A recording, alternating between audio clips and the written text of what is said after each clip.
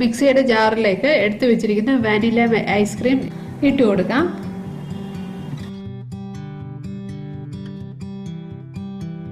നമ്മൾ സെപ്പറേറ്റ് ചെയ്ത് വെച്ചിരിക്കുന്ന അത്തച്ചക്കയുടെ പൾപ്പ് ഇതിലേക്ക് ചേർക്കാം. ഇനി നമുക്ക് പാൽ ഇതിലേക്ക് ചേർക്കാം. 2 വട്ടമായിട്ട് അടിച്ചെടുത്താലും മതിയാകും. പാൽ ഒഴിച്ചതിന് ശേഷം നന്നായിട്ട് ഇതൊന്ന് അടിച്ചെടുക്കണം.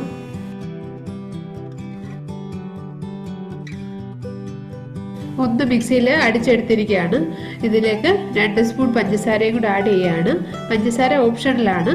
മധുരം കൂടുതൽ വേണ്ടുന്നവർ പഞ്ചസാര ഇട്ടാൽ മതി, ഇട്ടില്ലെങ്കിൽ നല്ല ടേസ്റ്റാണ്. ഇനി നമുക്ക് ഇത് സെർവ് ചെയ്യാവുന്നതാണ്. അതിനായിട്ട് സെർവിങ് ഗ്ലാസ്സിലേക്ക് ഇത് മാറ്റാം. സെർവിങ് ഗ്ലാസ്സിൽ ഒഴിച്ചതിന് ശേഷം 1 സ്പൂൺ വാനില ഐസ്ക്രീം കൂടെ ഇതിലേക്ക് ഇട്ട് കൊടുക്കാം.